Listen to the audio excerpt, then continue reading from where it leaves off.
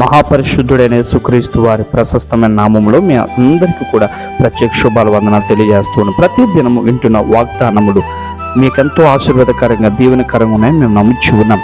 ప్రియులారా, దేవుడి జూలై నెల 17వ తారీఖున ఇస్తున్న చక్కటి వాగ్దానము అపోస్తలుల కార్యముల గ్రంథం 18వ అధ్యాయం 10వ వచనం. నేను నీకు తోడైనాను, నీకు హాని చేయటకు ఎవడు నీ మీదకి రాడు, పట్టణంలో నీవు బహుజనంగా ఉంటావు అన్నాడు. అపోస్తలుడు పౌలుతో మాట్లాడినటువంటి వాగ్దానమే ఈ రోజు దేవుడు మనతో మాట్లాడుతున్నాడు. భయపడవద్దు, దేవుడు నీకు సహాయం చేయబోతున్నాడు, దేవుడు నిన్ను ఆదుకోబోతున్నాడు, దేవుడు నీకు తోడుగా ఉండబోతున్నాడు.